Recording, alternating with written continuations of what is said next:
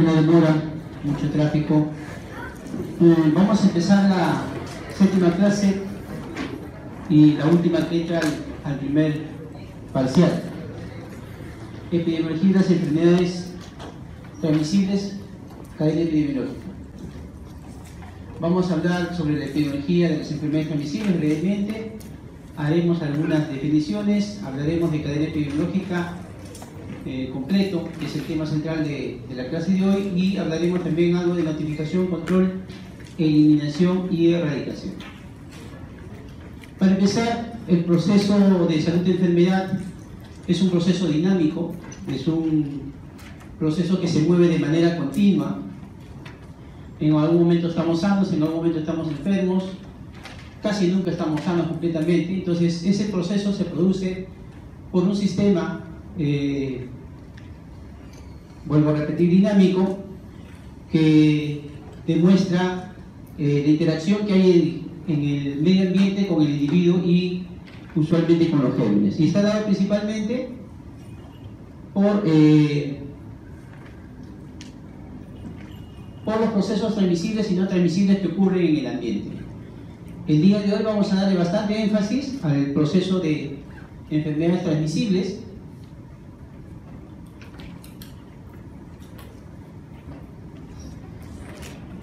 y que básicamente va a centrar nuestro tema el día de hoy. Dentro de las principales causas que tenemos como defunciones a nivel mundial y con información de la Organización Mundial de la Salud 2015, si ustedes observan el pastel, las enfermedades transmisibles, maternas, perinatales y de condiciones nutricionales son las que producen aproximadamente 1 de cada 4 muertes a nivel mundial. De esas muertes, 1 de cada 5 son por enfermedades transmisibles. Y ustedes en este top de 10 principales causas de mortalidad para el 2015, ustedes pueden observar que dentro de las causas tenemos acá infecciones respiratorias, neumonías, tenemos diarreas y tenemos tuberculosis dentro de las 3 enfermedades transmisibles que se encuentran inmersas en las 10 principales causas de muerte a nivel mundial.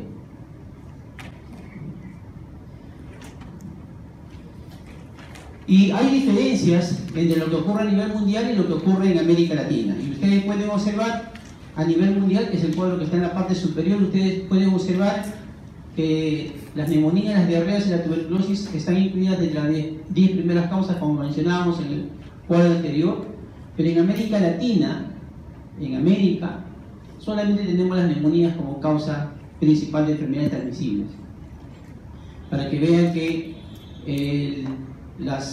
los problemas de salud relacionados en otros continentes pueden marcar grandes diferencias con lo que está ocurriendo en nuestro continente. Pero esto trae a colación que en el caso del tema de hoy, que es cadena epidemiológica, existen una serie de factores que tienen que intervenir para que se produzca. Conocemos que la enfermedad infecciosa del HIV comenzó a afectar al ser humano alrededor de los años 80, al principio de los años 80, 81, 82, 83. Para el 2011, que es el gráfico del mapa, ustedes pueden ver que la enfermedad, que es relativamente reciente, 31 años para la fecha del gráfico, abarca prácticamente todo el mundo. Claro, África y en este caso el sureste asiático, por ejemplo, son los 2 primeros lugares que afectan en adultos y niños, como está titulado en el gráfico. Pero sin embargo, en realidad la enfermedad para tan corto tiempo ha abarcado a nivel mundial. Pero si lo vemos en adultos, el panorama cambia, porque ahora en el anterior veíamos que en el caso de niños y adultos, África era primero y en segundo lugar estaba el sureste asiático, y América Latina estaba en tercer lugar. Pero si lo vemos solamente en adultos, América Latina está en el segundo lugar, África mantiene su primer lugar, pero América Latina pasa a segundo lugar. Y es decir, según el sujeto, en este caso según el huésped de la tríada ecológica, las condiciones de una enfermedad pueden variar de manera importante. Esto para una enfermedad reciente de aproximadamente un poco más de 30 años. En el caso de la malaria, que es una enfermedad antiquísima, descrita desde los chinos, 1000, 2000 años antes de Cristo, también tiene sus condiciones según su actividad ecológica, porque ustedes pueden observar que en la parte nórdica y en la parte de Australia no está afectada. Sin embargo, en la parte media del mundo tienes diferente gradación. Y esto está en función también a la capacidad de respuesta del sistema de salud, porque lo que en el gráfico ustedes van a observar es, por ejemplo, en el caso de Venezuela, en Sudamérica, ustedes ven ahí que hay un incremento de la incidencia de malaria. Y en el caso del Perú, dice que hay una disminución, pero menos del 50% de la incidencia. O sea, el comportamiento de las enfermedades también varía según el contexto, según el ambiente. Y para una enfermedad tan antigua como la malaria, como en el caso de la lepra, por ejemplo, que llegó a nuestro continente con la conquista española, con el descubrimiento de América, entonces tiene en nuestro continente desde el siglo XV más o menos, siglo XIV, siglo XV. Fíjense que el comportamiento, cuando hablamos de casos, la incidencia, ustedes lo ven en la parte inferior, dice que aquellos, como el caso de Brasil, por ejemplo, tiene más de 10 casos por 100.000 habitantes. 10 casos. Y eso está en función también, dentro de lo que vamos a ver más adelante, a lo que se llama infectividad. ¿Por qué? Porque la lepra tiene baja infectividad. Entonces, según el comportamiento también, en este caso del germen, el comportamiento de la enfermedad cambia según su cadena epidemiológica. Y en nuestro país, ya hemos visto a nivel mundial, en nuestro país, ustedes también pueden observar en el gráfico superior izquierdo que las enfermedades transmisibles están disminuyendo. Para el 1991, 1 de cada 3 causas de muerte eran por enfermedades transmisibles. Para el 2011, que es el último año que está graficado, es 1 de cada 5, es decir, el 20% apenas fallece por enfermedades transmisibles. Y las no transmisibles, como ustedes pueden observar, se están incrementando. Y el mismo comportamiento ocurre a nivel de regiones, que lo ven en la parte inferior derecha. En las regiones, las no transmisibles tienen un diferente comportamiento, pero principalmente, lo que está en azul, principalmente tienen gran porcentaje de muerte en esas regiones, ¿no? Y las transmisibles, que son las las rojas, tienen un componente variado, pero es la que menos se está afectando. Por en el caso de Huancavelica, la proporción de las no transmisibles ya es muy escasa. Bien, entonces esta es la parte introductoria, la parte epidemiológica. Veamos ahora cómo es la cadena epidemiológica. Esta es otro esquema de historia natural de la enfermedad. Lo que quiero resaltar acá es que existe un número de organismos, que es el número necesario para infectar, para lograr la infección, que varía según el germen.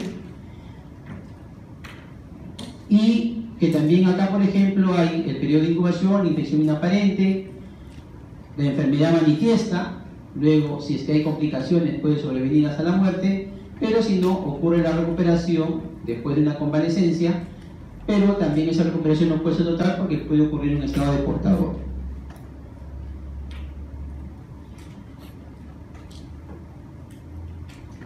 En el caso de la enfermedad transmisible, yo les hacía mención a la tríada ecológica. La tríada ecológica está compuesta por el agente patógeno, el huésped susceptible, pero que está involucrado en un contexto, un ambiente.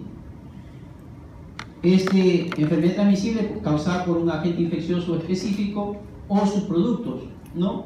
Desde un reservorio, que usualmente es un huésped susceptible, y que esta transmisión puede ser directa o indirecta, es decir, persona a persona o a través de cualquier otro elemento vivo o inanimado. Y entonces aparecen dos conceptos. El primer concepto es endemia. Endemia se entiende como el número de casos que son relativamente estables, que son frecuentes en una zona, en una región geográfica, en un determinado país. Existe una enfermedad que es habitual y que siempre se espera que haya un determinado número de casos. Pero cuando estos casos son inusuales, entonces ya no hablamos de endemia, sino hablamos de epidemia, ¿no? Los números de casos, el número de enfermedades o el número de enfermos excede lo que normalmente nosotros estamos esperando. Ahora, la epidemia ocurre en un lugar donde puede o no haber la enfermedad. Si no hay la enfermedad, de frente aparece una epidemia.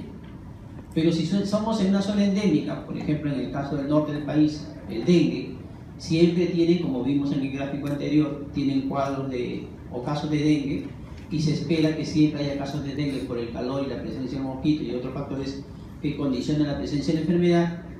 Sin embargo, puede también que dentro de lo que nosotros normalmente esperamos que haya casos, se excedan también, y entonces puede ocurrir una epidemia en una zona endémica.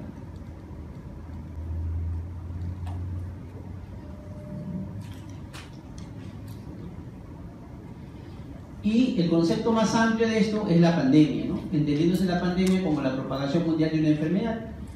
A propósito de lo que vemos en la parte introductoria, el SIDA, por ejemplo, en el mundo, en escasos 30 años o un poco más de 30 años, ha abarcado todos los países de la Tierra.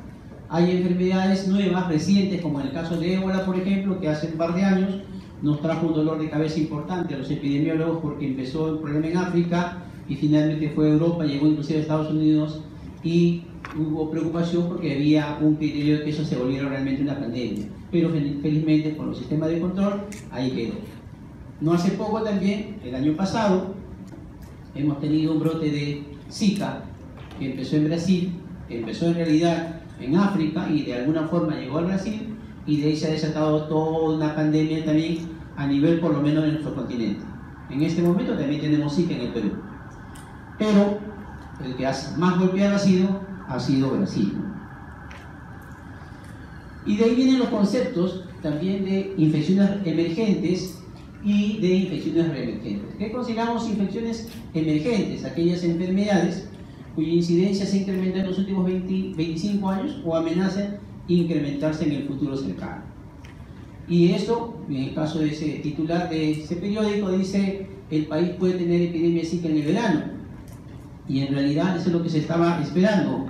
Pero pueden haber eventos también que digan, por ejemplo, como en este caso, en 10 días el país registró 513 nuevos casos sospechosos de malformación congénita y se refiere a la microcefalia. 513 casos nuevos. Es una cantidad increíble dentro de lo que normalmente uno esperaba encontrar de microcefalias. Entonces, la incidencia obviamente se está incrementando, y no en 25 años, sino en los últimos 2 años en el caso de Brasil. Las infecciones reemergentes son aquellas enfermedades que reaparecen como problemas de salud pública, luego que se logra hacer una disminución de la incidencia y finalmente, aparentemente, se tiene su control. El ejemplo más típico, y esto ha reemergido hasta hace poco, era de malaria. Hasta los años 70 más o menos, se logró, desde los años 30 o 40, se logró erradicar, bueno, por decirlo de alguna forma, la malaria, el dengue. Sin embargo, en los últimos 20 años del siglo pasado, la malaria se ha repuntado nuevamente porque el vector volvió a ingresar al país y finalmente tenemos el problema que tenemos ahorita de malaria en toda la zona de Sudamérica, ¿no? De tal manera que ustedes han observado que en Venezuela la tasa más bien se está incrementando en vez de disminuir. Y eso trae como consecuencia, ante los problemas de pandemias, de emergencias y reemergencias, que exista un sistema de alerta y respuesta entre epidemias y pandemias, especialmente a nivel de países. Por eso es que se ha constituido la Red Mundial de Alerta y Respuesta ante brotes epidémicos. Por eso es que se tienen las respuestas en el caso del ébola, en el caso del Zika, que los ministerios de salud de los países que están involucrados tienen este sistema. Entonces, es una colaboración técnica entre instituciones y redes que se unen para todos sus recursos humanos y todo su nivel técnico, y para identificar, confirmar y responder rápidamente a los brotes epidémicos que ocurren, especialmente aquellos que tienen importancia internacional, ¿no? En otras palabras, para aquellos que van a afectar económicamente a esos países, ¿no? Porque acá lo que prima en realidad no es la salud de la población, sino lo que prima es si es que sus recursos económicos se van a ver afectados o no. ¿Qué pasaría si es que el ébola hubiera llegado en gran magnitud a Estados Unidos? Se habría sido un desastre económico. Entonces, el enfoque en realidad, y eso lo hemos visto en algún momento en salud pública, el interés de cómo nació la epidemiología a través de las fronteras es porque era la corriente económica lo que más preocupaba, ¿no? Sin embargo, para poder manejar esta red mundial se necesita un documento técnico, y eso es lo que se tiene con el Reglamento Sanitario Internacional, que está funcionando desde el 2005. Es un instrumento jurídico de carácter vinculante para todos los países que están adscritos a él y que busca ayudar a la comunidad internacional a prevenir y afrontar esos riesgos agudos, o sea, que están produciéndose en ese momento, susceptibles que puedan atravesar fronteras y amenazar a las poblaciones de todo el mundo. Bueno, retóricamente es eso, pero en realidad lo que se cuida son los intereses económicos de cada país para que no se vean afectados. Eso en realidad no solamente afecta a la economía de los que tienen el dinero, sino también de las poblaciones, porque si ustedes recuerdan, si hay un problema, alguna crisis económica, lo primero que se afecta son los sistemas de salud y de educación. Entonces, la enfermedad transmisible no es más que la interacción de la tríada ecológica, la relación que pueda haber entre el agente y el huésped. Se requiere un agente, y este agente es un elemento microbiológico que no solamente es microbiológico, sino que también tiene la capacidad patogénica de producir enfermedad ante un huésped que tiene que ser necesariamente susceptible, y en un contexto que sea propicio para que el patógeno pueda reproducirse y pueda interactuar con el huésped. Lo que vamos a ver nosotros ahora en la cadena biológica justamente es esa interacción, ¿no? ¿Y cómo es que se produce esa interacción? Recuerden que hemos hablado sobre la historia natural de la enfermedad. En la historia natural hablamos del periodo prepatogénico, que es la tríada ecológica, y hablábamos del periodo patogénico, que es la historia natural de la enfermedad. Pero lo que no habíamos hablado mucho era de cómo se producía esa interacción entre la gente, el huésped, en un medio, en un contexto, en un ambiente. Ese detalle, esa línea que divide el periodo prepatogénico con el patogénico, es lo que vamos a ver el día de hoy. Entonces, en esta cadena biológica, que consta de 6 eslabones, tenemos el agente causal, tenemos el reservorio, la puerta de salida del agente, el modo de transmisión, la puerta de entrada del agente y la susceptibilidad del huésped, ¿no? ¿Qué es lo que busca esta cadena biológica? Ordenar los eslabones que nos permitan identificar los puntos principales de la secuencia que se produce para esta interacción de esta tríada ecológica. Bien, y referente a la gente, básicamente para las enfermedades transmisibles, lo que busca es, lo que se quiere es el factor que está presente en la enfermedad, es el agente, la causa necesaria, que hemos revisado en la clase de la semana anterior, es la causa necesaria, pero no suficiente, para producir la enfermedad. Esto en enfermedades transmisibles, porque recuerden que en las enfermedades no transmisibles no hay causa necesaria.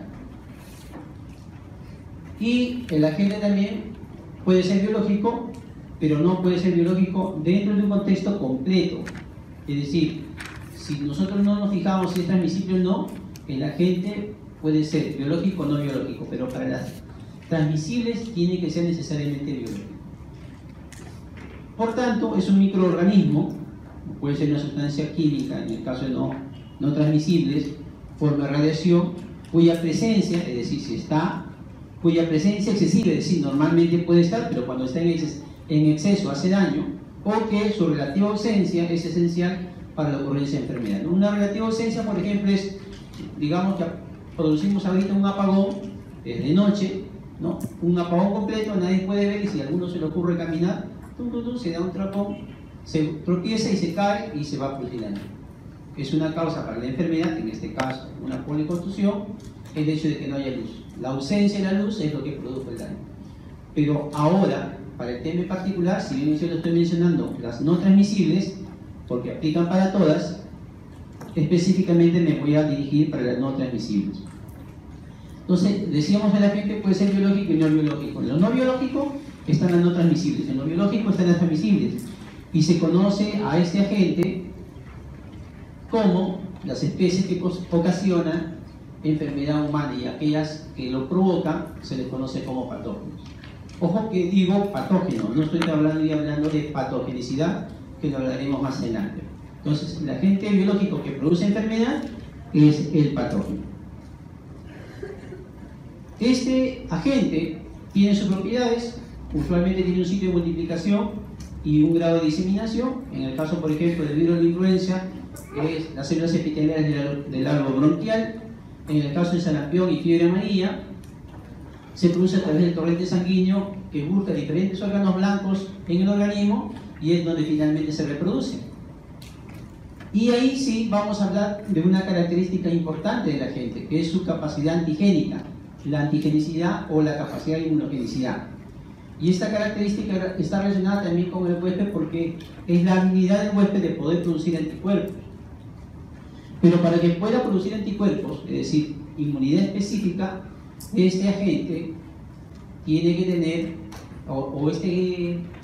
este germen tiene que tener cierta antigenicidad, es decir, el antígeno tiene que ser fuerte para que se produzca una buena respuesta inmune. Y el mejor ejemplo es en el caso de la influenza. Ustedes saben que la gripe a las personas adultas y a los menores de 1 año hay que estar vacunándolos todos los años. ¿Por qué? Porque como este agente muta de manera muy rápida, el mismo agente que produce influenza este año no es el mismo que lo va a hacer el próximo año. Y entonces hay que estar produciendo la vacuna todos los años. Y obliga a vacunarse todos los años. Y entonces la capacidad de inmunogenicidad de la influenza es muy baja, justamente por esta capacidad de mutación. En cambio, para el sarampión y para fiebre amarilla, basta una vacuna o basta que le dé la enfermedad por una sola vez y tienes inmunidad de por vida. La capacidad antigénica de estos dos gérmenes en particular son los que producen una buena respuesta para la formación de anticuerpos o de inmunidad celular. Otra de las propiedades es su vulnerabilidad al ambiente, a las sustancias químicas, agentes físicos, la luz solar, por ejemplo, y agentes terapéuticos, ¿no? O sea, de cuán susceptible es de poder sobrevivir en el medio ambiente.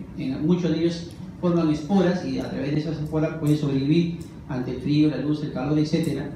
Y otros también pueden que no, que son más lábiles y se destruyen rápidamente, no duran mucho en el medio ambiente. Pero lo otro que se ha aprendido es que a través de estos años hay cambios impredecibles y hay una selección natural de cepas que son resistentes especialmente al tratamiento.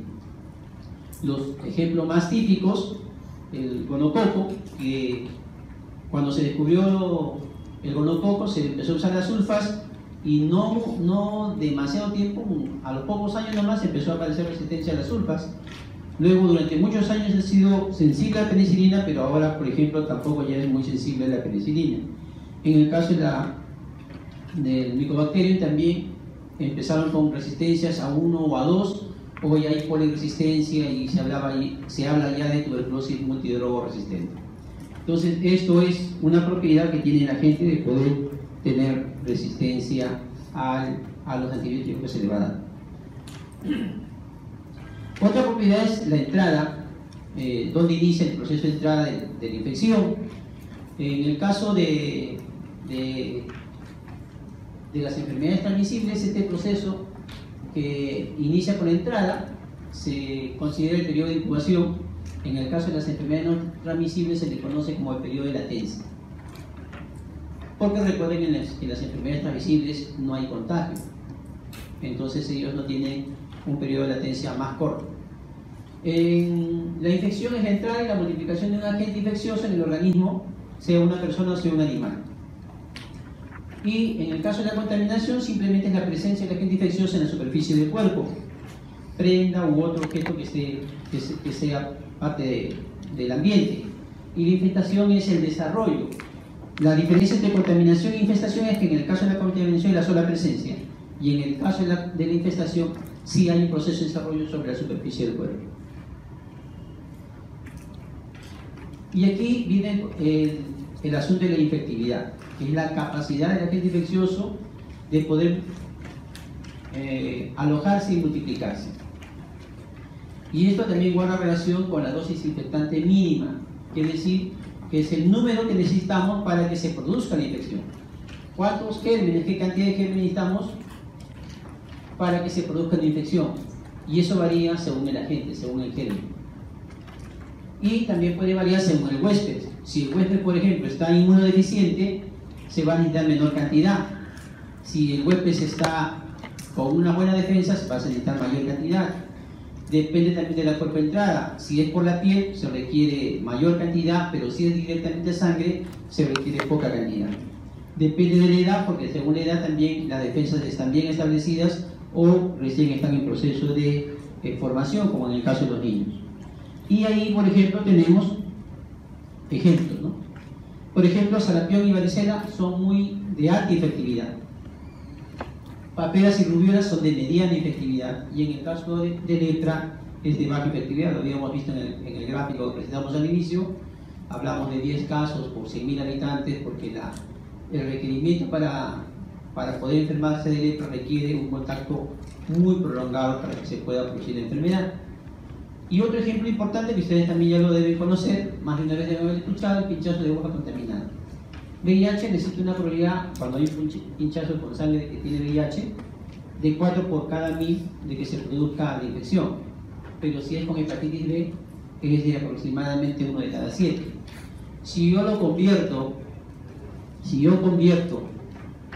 1 a 7 a 1000, esto más o menos equivaldría más o menos algo de 140, un poco más, 140 por cada 1000. O sea, 140 se enfermarían de cada 1000 si la sangre con la que se ha hecho el pinchazo tiene hepatitis B. 140. En cambio, solamente son 4 por 1000 si es por HIV. O sea, así de infectante es el virus de la hepatitis B. Mucho más, 140 con 4 es más de 30 veces.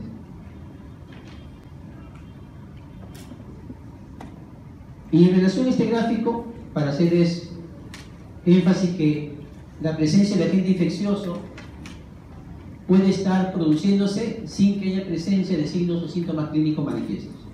Y ahí está incorporado no solamente aquellos asintomáticos totalmente, o sea, no tienen nada de síntomas, y también están incluidos los oligosintomáticos que pueden hacer un poquito de fiebre, ¿no? Un par de días a lo mejor, o un proceso como que si fuera un malestar general, ¿no? Un decaimiento, una falta de apetito, que puede ser cualquier cosa hasta un resfrío. Entonces es inaparente, aparece, uno lo considera que puede ser un resfriado y resulta que no, que es otro tipo de infección. Entonces esa es la infección inaparente y que no es considerada como si fuera parte de la enfermedad específica. Y la otra parte es ya cuando aparecen los periodos prodrómicos, en que estamos los síntomas iniciales y también ya los síntomas típicos, y esa es la patogenicidad, es decir, la capacidad de producir enfermedad. Por ejemplo, en el caso de la varicela, aproximadamente entre el 85 y 90% de los que se infectan de varicela hacen la enfermedad, o sea, se llenan de vesículas. Pero en el caso de polio, por ejemplo, entre el 90 y el 95% son inaparentes, y solamente entre el 5 y el 10% hacen enfermedad. Es decir, por cada caso de polio que nosotros podamos diagnosticar, deben haber unos 19 más que han hecho la infección y que no nos damos cuenta que la han hecho. Y que esos niños que están infectados se están contagiando. Entonces la patogenicidad, en el caso del patogenia, se refiere a la capacidad de producir la enfermedad. Y también está la virulencia, que es la capacidad de producir casos graves y fatales, ¿no? Pero dentro de los que son aparentes, es decir, graves y fatales entre los que hacen la enfermedad. Los inaparentes ahí no entran. Y también está lo de la letalidad, que es la capacidad de producir muerte, ¿no? Y en el cuyo caso, en eso están los diagnosticados, o sea, aquellos que tienen el diagnóstico específico de enfermedad. Para hacerlo más gráfico, tenemos este cuadro. Ustedes tienen la infección, por un lado, hacia el lado izquierdo tienen la infección inaparente, hacia el lado derecho la infección aparente, ahí tienen los moderados, los graves y los fatales, porque los inaparentes son los leves, ¿no es cierto? Y patogenicidad es todos los aparentes sobre el total de infectados.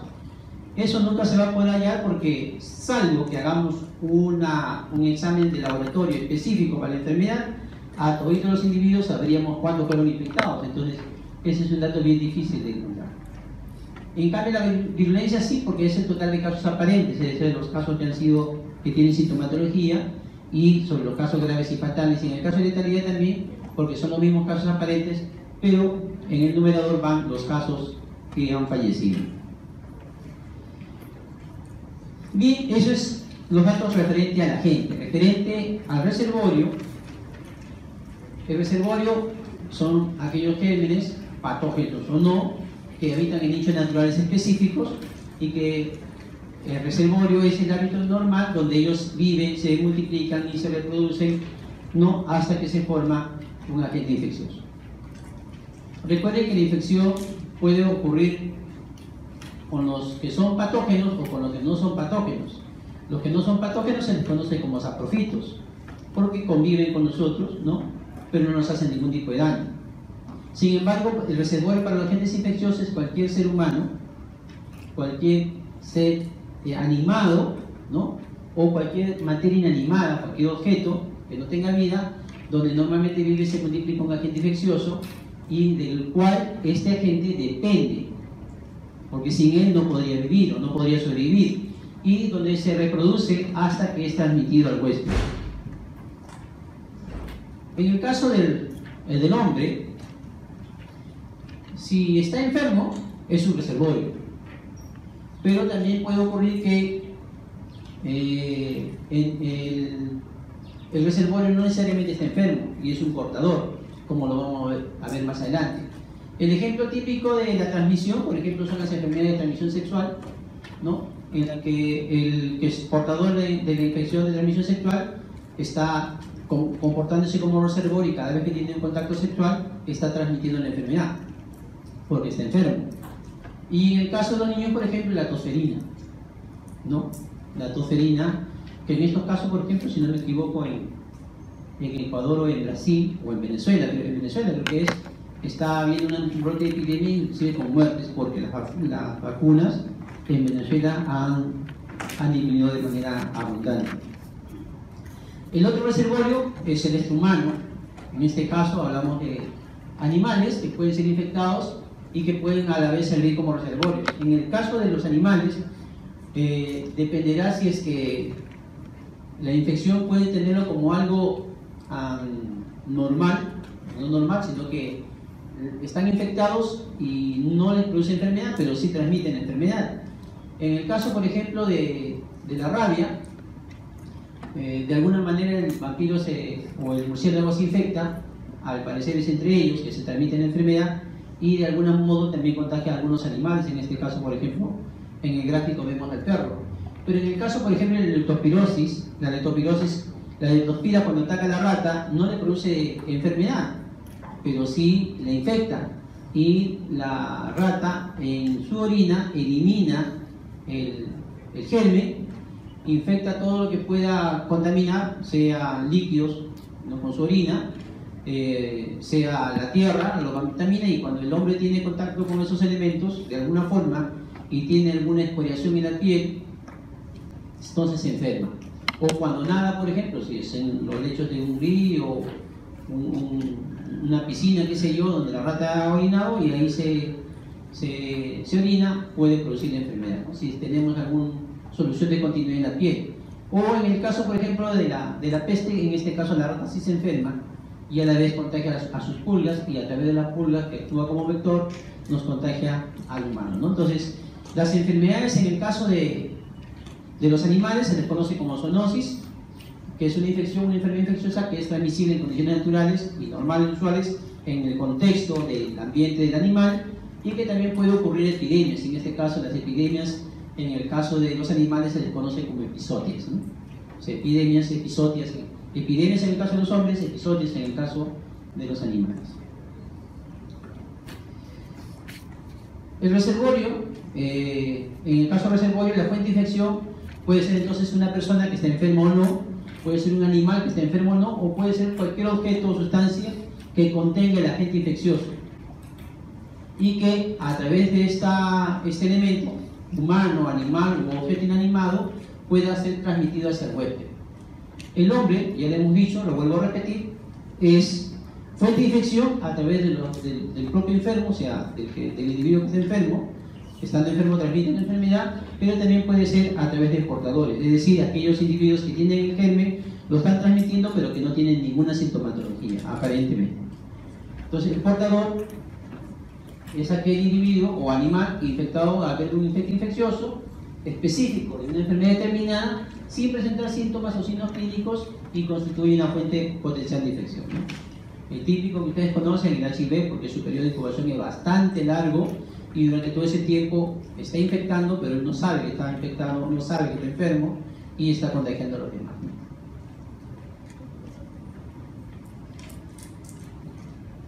El portador también constituye un gran riesgo de transmisión, ocurre de varias maneras. Puede haber un portador asintomático, es decir, con infección subclínica. El ejemplo más típico que les he mencionado es el de polio. Les mencionaba que por cada caso de polio diagnosticado de un niño, tengo 19 niños que están transmitiendo la enfermedad. Esos 19 niños son portadores asintomáticos porque tienen infección de polio de manera subclínica. El portador de incubación, que durante el periodo de incubación están transmitiendo la enfermedad. Lo más típico son las eruptivas, sarampión, rubiola, por ejemplo, que durante el proceso antes de que empiecen a aparecer los primeros síntomas ya está contagiando, inmediatamente que aparece la erupción también sigue contagiando, ¿no? Son ejemplos típicos de portadores en incubación. Y el portador convaleciente, es decir, aquel que después de enfermar sigue todavía contagiando. El ejemplo más típico en este caso de convalecencia o posconvalecencia es el de la fiebre tifoidea mal tratada, ¿no? Entonces, en el caso de la fiebre tifoidea que ha sido con mal tratamiento, con tratamiento inadecuado, el paciente que estaba con tifoidea sigue transmitiendo porque aloja el germen de la salmonela en su vesícula y sigue transmitiendo la enfermedad. Ahora, también el reservorio puede ser transitorio o breve. Por ejemplo, las enfermedades más breves son las asintomáticas. Sarampión, por ejemplo, es un periodo de 7 a 14 días o 10 días en promedio que transmite la enfermedad. Entonces, el periodo nada más contagia el resto del tiempo. O puede ser muy prolongado, como en un caso de portador crónico. El ejemplo más vivo es el de HIV, que es crónico por mucho tiempo, y el de hepatitis B, que también puede ser de por vida, si es un portador crónico de hepatitis B.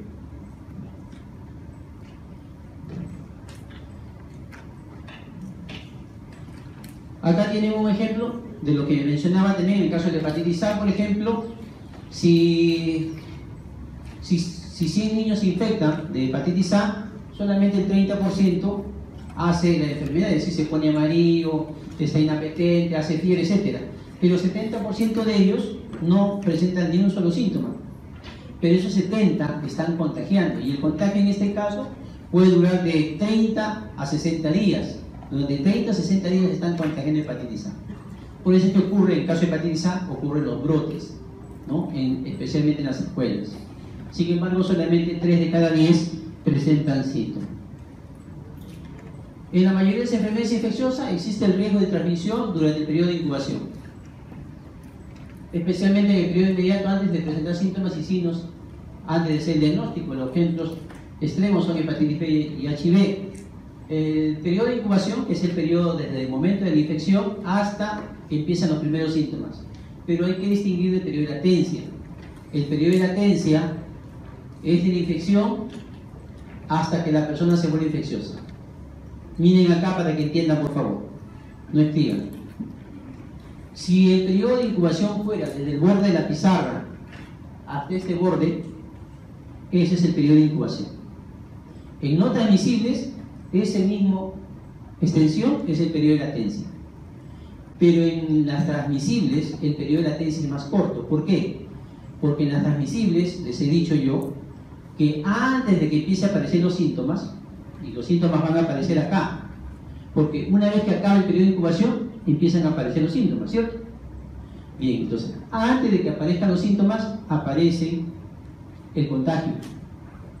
Entonces, el periodo entre que aparece el contagio desde el inicio, ese se llama periodo de latencia en las transmisibles.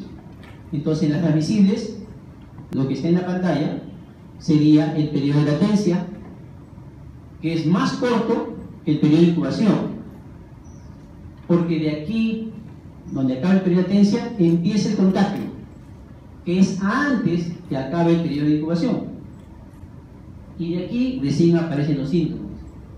Y el contagio es desde ahí hasta acá, y de acá, si toda la enfermedad es hasta la puerta, digamos los primeros días hasta acá, se contagia. Que usualmente puede ser la primera semana, ¿no? O los primeros 10 días de la enfermedad, contagia. El resto ya no contagia. Está haciendo la enfermedad, pero ya no contagia.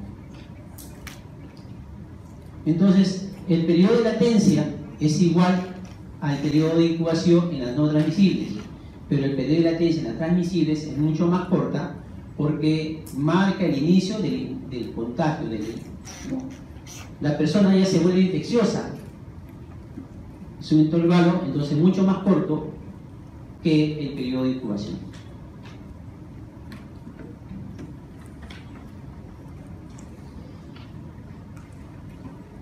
Ya les decía que la transmisión puede seguir después de la recuperación. El ejemplo más típico es la fiebre tifoidea. Como regla, la mayoría de las enfermedades no son transmisibles en la fase inicial. ¿Por qué no son transmisibles? Porque estamos hablando del periodo de latencia. En las enfermedades transmisibles, durante el periodo de latencia no se contagia.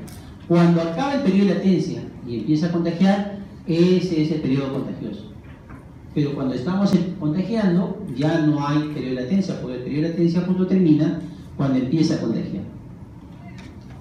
El periodo de transmisibilidad entonces es el tiempo en que de alguna manera, directo o indirectamente, la persona infectada puede contagiar a otra persona, a un animal, o el hombre a otro animal, incluyendo los vectores, ¿no? Por ejemplo, el Aedes, por ejemplo, también está inmerso en esa cadena, ¿no? En el caso de las enfermedades transmitidas por vectores, el periodo de transmisibilidad es aquel que en el agente permanece en forma infectante de la sangre u otros tejidos de manera que puede contagiar al vector, ¿no? Veamos la puerta de salida, es el camino por donde sale el agente del huésped, y obviamente ahí son según los sistemas, ¿no? Sistema respiratorio, los genitourinarios, las digestivas, la piel, la placenta, para el caso de las enfermedades congénitas.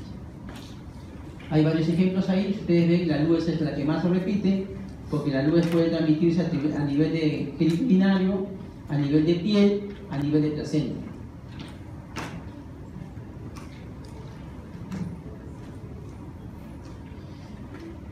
Normalmente ese es el camino.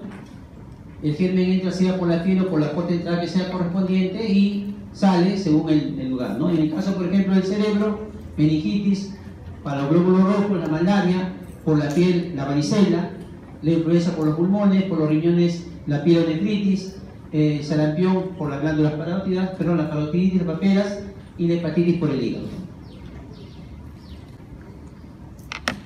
Hay algunas infecciones que no solamente tienen un órgano blanco, sino que tienen más de un órgano blanco. El modo de transmisión, existen solamente dos formas de modo de transmisión, directa o indirecta, pero cada uno de ellos tiene sus formas. La transmisión directa es una transferencia directa desde la puerta de entrada para que se produzca la infección y ocurre usualmente de persona a persona, ¿no? Al toser, al estornudar, al escupir, al hablar o cantar, o simplemente por el contacto directo de tocar, besar o tener relaciones íntimas, por ejemplo.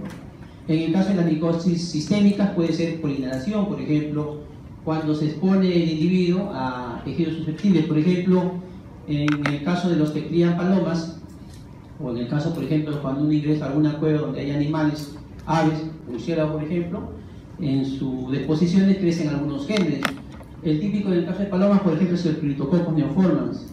Si uno no tiene cuidado y aspira eso, le puede producir meningitis, por ejemplo. Pero eso es por aspiración, por entrar al palomar, ¿no? Entonces hay que tener mucho cuidado en esos casos.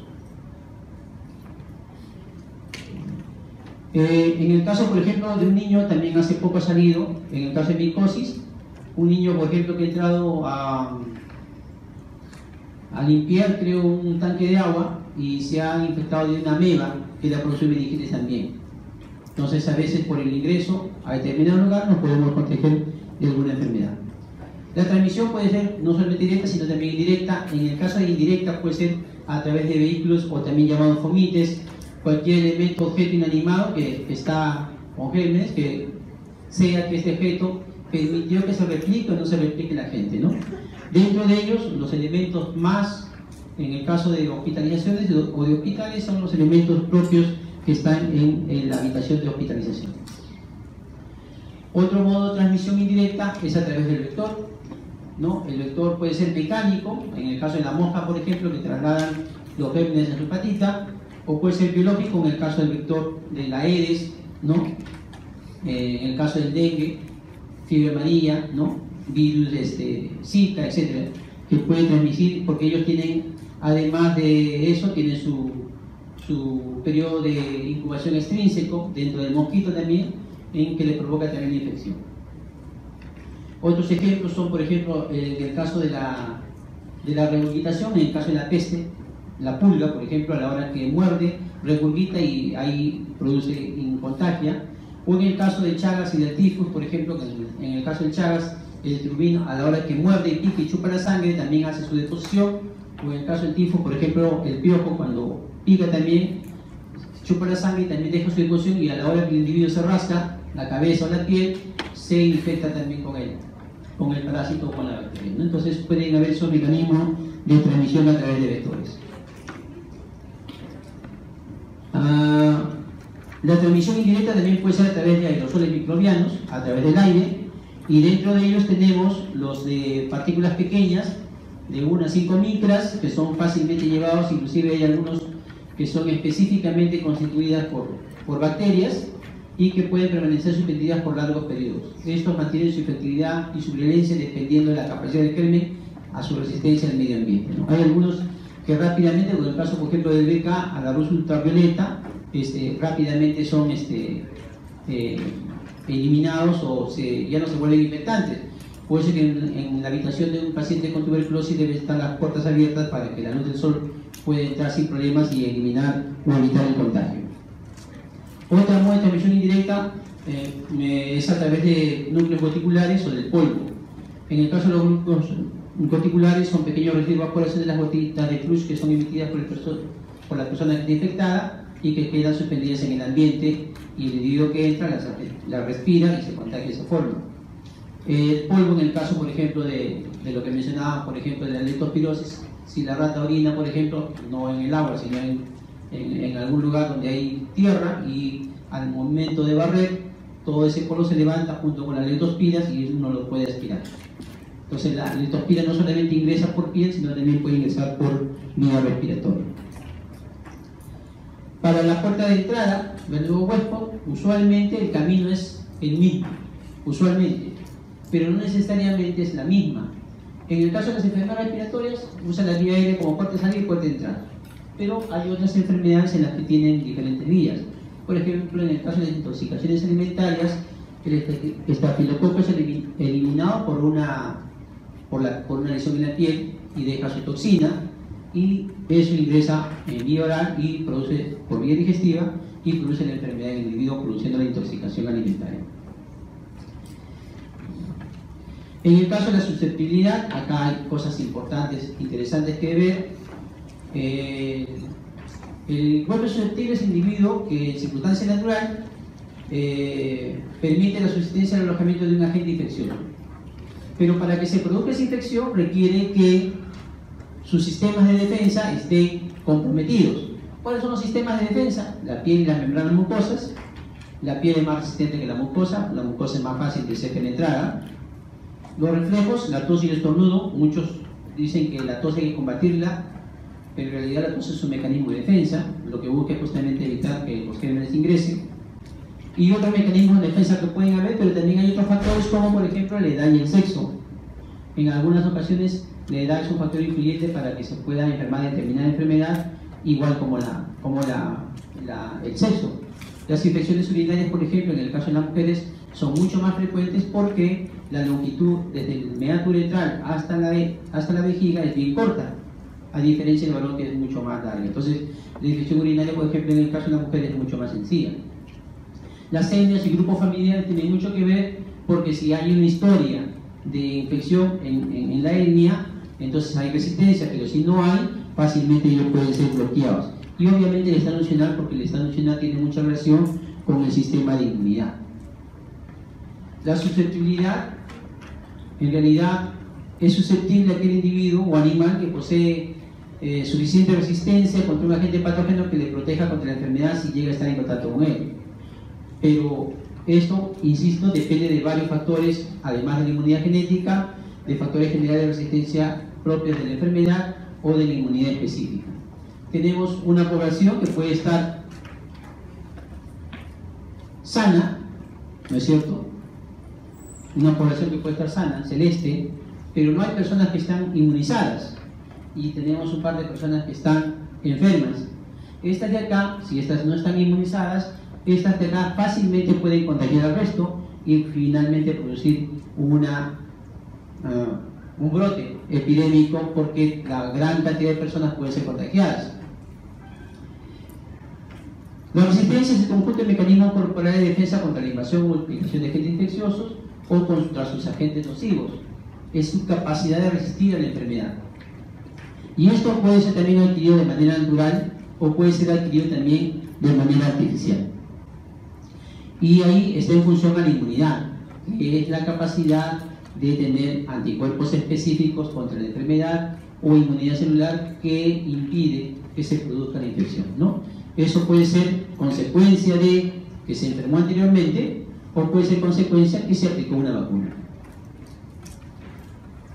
Y de ahí vienen los tipos de inmunidad. Los tipos de inmunidad adquirida pueden ser activas, en el caso de que hay memoria inmunológica, por tanto esta inmunidad, al ser activa, es permanente. ¿Por qué? Porque el organismo ha generado anticuerpos específicos. ¿Y cómo así? Porque se generaron los anticuerpos porque se enfermó y al enfermarse se produjo la respuesta inmune, o porque se vacunó y al vacunarse se produce también la respuesta de anticuerpos. ¿Por qué? Porque la vacuna funciona como si fuera una aparente infección. ¿De acuerdo? En este caso, en ambos casos, sea natural o artificial, en estos casos hay presencia de antígenos que producen la respuesta inmune. Sin embargo, algunas veces, en algunas ocasiones, necesitamos más bien no los antígenos, sino los anticuerpos. Y entonces hablamos de la inmunidad pasiva. ¿Por qué pasiva? Porque es de efecto temporal. La primera es permanente, la segunda es temporal. ¿Y por qué es temporal? Porque el organismo no produce anticuerpos, sino el organismo recibe, mejor dicho, los anticuerpos de manera externa. ¿Por qué? A través de la madre, que las pasa a través de la placenta, y eso se llama inmunidad pasiva natural durante el embarazo. Por eso es que los bebés en el primer año de edad no se enferman, porque tienen los anticuerpos de la madre, o porque proceden de otros suelos, de otros organismos. Pero en este caso, a diferencia de la vacuna, en la que yo mando el antígeno para que el organismo reconozca el antígeno, se simule la infección y produzca anticuerpos, acá no. Acá yo transmito anticuerpos porque los necesito que sean rápida la respuesta y no transmito ningún antígeno. Por tanto, una vez que los anticuerpos que son transferidos a la persona hacen su actividad, desaparece y ya no queda ningún tipo de inmunidad. Por eso que decimos que la inmunidad es temporal. El ejemplo típico, por ejemplo, es que si el efecto de la rabia, por ejemplo, le pasamos anticuerpos para que no se produzca la rabia. Todas las enfermedades de tipo antisuero, por ejemplo, que pueden producir, o las enfermedades que producen hemólisis, por ejemplo, se le transmite el anticuerpo para que no se produzca la hemólisis de los glóbulos rojos y no se produzca la anemia y la probable muerte, ¿no? Entonces, en esos casos, la vacunación no se llama vacunación, sino se llama seroterapia, porque se transmiten no antígenos, sino anticuerpos.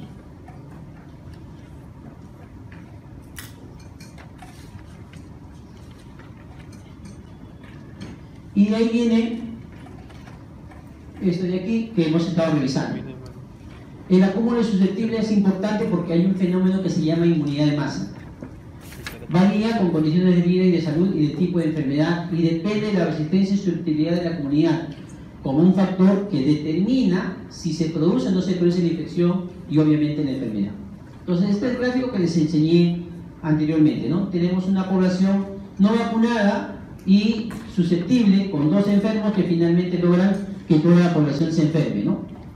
Pero si nosotros hacemos que empiezan a aparecer inmunizados, es decir, vacunados, pero si estos son pocos, no se produce ningún efecto. Igual como son pocos, igual los dos que están enfermos ahí, en el lado izquierdo de ustedes, van a lograr que la población que está al alcance de ellos se enferme. Sin embargo, si lo que están vacunados son muchos, bloquean a los dos que están enfermos e impiden que estos dos enfermos lleguen a los que están susceptibles. Pero para que esto ocurra necesitamos un 80-90% de vacunados. Si los vacunados solamente son 5 o 10%, no ha hecho nada. Para que haya una inmunidad de masa necesitamos por lo menos un 90% de vacunados. Y entonces, al haber vacunado solamente porque está demasiado cercano a ese de acá, se enfermó. Pero los demás están cubiertos. Eso se llama inmunidad de masa o inmunidad de rebaño. Entonces, el que se vacuna no solamente se protege a sí mismo, sino que también protege a los demás. Sobre todo si el porcentaje de vacunados es alto. Y entonces, ¿cuál es la finalidad de la cadena de infección? Este, por ejemplo, es el ejemplo de cadena de infección de tuberculosis.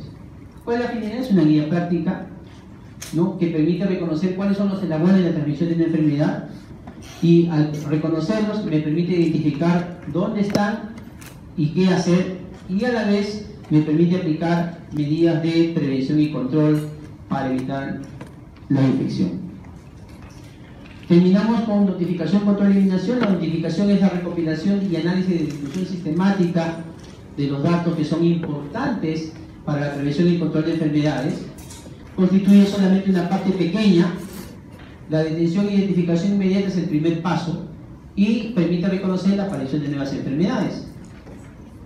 Eso lo hace la Oficina General de Epidemiología, que actualmente es conocida como CDC Perú. La notificación, su propósito es suministrar información que es necesaria y es oportuna para hacer esas actividades de control, ¿no?, y que son de dos tipos. Son la notificación de casos y la notificación de brotes. Se hacen a todo nivel, a nivel internacional, se hacen a nivel nacional, a nivel de distritos, provincias y regiones y a nivel local. En el caso, ¿se acuerdan que nosotros decíamos que había un reglamento sanitario internacional? Bueno, en el caso del reglamento sanitario internacional existe una clasificación. En la clase 1 están las enfermedades que son exigidas por este reglamento sanitario internacional, que dice que deben ser vigiladas por la OMS. Ejemplos: peste, cólera, fiebre amarilla para el sistema para el reglamento sanitario internacional, polio para el caso de OMS, por ejemplo. En la clase 2 están aquellos que son de notificación universal, es decir, sí o sí debe reportarse. Y ahí tenemos difteria, peste, carbunco, fiebre tifoidea y lepra. En la clase 3 son aquellas que deben ser notificación selectiva en zonas endémicas, es decir, aquellos países que tienen enfermedad. Ejemplo típico: la fiebre hemorrágica por el coronavirus, por ejemplo, propio de África. Aquí no tenemos, nosotros no notificamos las fiebres hemorrágicas. Batonenosis, que sí es típico, por ejemplo, de Perú, otros países no lo tienen. Y esquistosomiasis, que por ejemplo es típico de Brasil, nosotros no lo tenemos. Clase 4 son en el caso de epidemias, intoxicación alimentaria por estafilococo, por ejemplo. Clase 5 no se notifica usualmente y de ello tenemos resfriado común o el cromoblastomikosis, que son poco usuales o demasiado usuales y que no se notifican, o porque no son letales y no tienen importancia en salud pública. Las medidas de control implican control individual y control de la población. Es una acción sobre el elemento observado a fin de buscar que se recupere el nivel del cual nosotros esperábamos que estuviera en la infección. Es una acción reguladora, restrictiva, se corrige y restaura la normalidad. En el nivel individual está dirigida a reducir la incidencia y la prevalencia de la enfermedad. Incluye medidas de prevención, control de pacientes y contactos y ambientes, el típico, por ejemplo, de dengue, control del caso de epidemias, control del caso de desastres, medidas internacionales si hay riesgo de transmisión a través de las fronteras, y medidas en caso de bioterrorismo y de uso de agentes biológicos con fines dañinos, por ejemplo. Más de una vez he escuchado que el virus de la viruela, por ejemplo, lo tiene Rusia, lo tiene Estados Unidos y en cualquier momento lo pueden usar como arma biológica, ¿no? A nivel poblacional, las medidas se dirigen a impactar sobre el comportamiento de la enfermedad en la población, se definen en función de sus objetivos en salud pública. Y ahí tenemos control de enfermedad, eliminación y erradicación. Para control, el conjunto de acciones y programas u operaciones continuas dirigidas a reducir la incidencia o la prevalencia de la enfermedad a niveles tales que dejen de ser un problema en salud pública, ¿no? En el caso típico de eso tenemos al dengue en nuestro país, tenemos malaria en nuestro país, ¿no? Hay una serie de actividades que se hacen a nivel de diferentes niveles del sistema de salud para que se disminuya la incidencia o la prevalencia de la enfermedad. Es la reducción de la morbilidad al mínimo, o sea, la enfermedad va a haber de todas maneras, pero se reduce al mínimo, y se considera que está controlada a través de una política pública si se consigue que se limite la circulación de la gente, es decir, si logramos que las infecciones o las enfermedades disminuyan en el lugar, ¿no? Esto independiente si es que el individuo actúa por su cuenta. El ejemplo típico que podría ser, por ejemplo, de un modelo de política pública, no lo voy a decir en dengue porque es un poco complicado, pero lo puedo decir, por ejemplo, en lo siguiente. Supongamos en la Panamericana Norte. Yo tengo en una zona del distrito X, tengo cierta cantidad, una prevalencia de accidentes de tránsito con muerte, digamos de 500 individuos al año. Porque cruzan la pista y como es una pista de alta velocidad, los atropellan y se mueren 500 al año. Entonces, se colocan dos puentes peatonales para que crucen por ahí, pero igual siguen cruzando y igualito, o sea, ya no es 500, ahora es 498. No ha pasado nada de un año a otro. Una política pública sería que en vez de colocarlo, además de colocar los puentes peatonales, coloque un cerco, y al colocar el cerco en medio de las dos pistas, entonces ya no hay forma como el transeúnte pueda cruzarla, entonces lo obliga a usar los puentes. Resultado, en ese año que coloqué el cerco, la reducción de los accidentes de tránsito bajaron a 25 por accidentes al año. O sea, eso quiere decir que por la política pública se logró reducir. Eso no fue consecuencia de que el individuo agarró y dijo, se puso a pensar, voy a usar el puente peatonal. No, porque aún con puente peatonal seguían cruzando la pista y los accidentes se seguían produciendo. A eso se refiere cuando dice que se produce por política pública. En la eliminación y la aplicación de medidas poblacionales dirigidas a una situación epidémica en lo que nosotros buscamos que no existan casos, aunque los factores de riesgo pueden estar presentes. A pesar de que están los factores de riesgo, logramos que no haya enfermedad. Eso es eliminación, ¿no? Y en el caso lo estamos consiguiendo para rubiola, especialmente rubiola congénita, ¿no? Y en el caso de nuestro país para polio.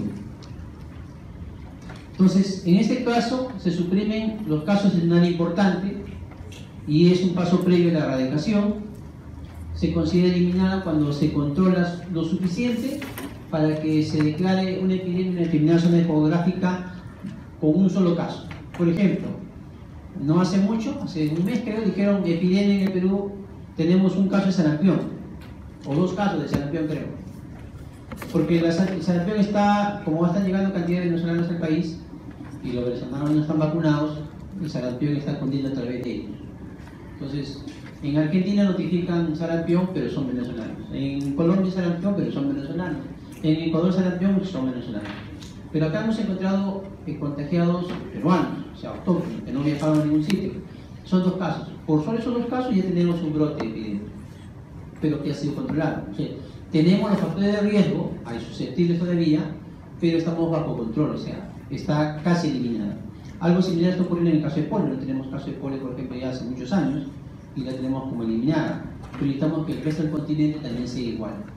Hoy ya tenemos polio con brotes de epidemia en África, por tanto a nivel mundial no podemos decir que está eliminada porque todavía hay brotes de polio en África.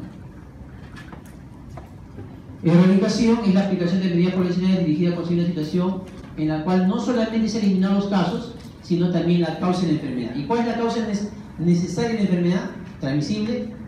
El germen. El ejemplo típico de erradicación es la viruela.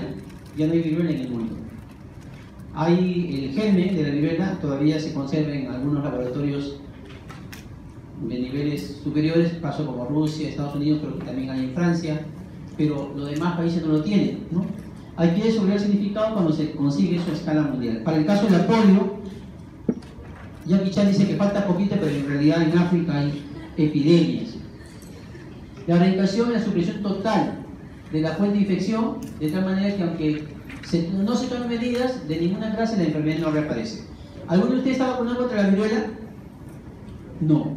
No necesitamos vacunarnos contra la viruela porque no hay viruela. Entonces en algún momento tampoco vamos a necesitar vacunarnos contra polio porque ya no va a haber polio. No podemos decir eso todavía porque todavía tenemos polio en África, ¿no?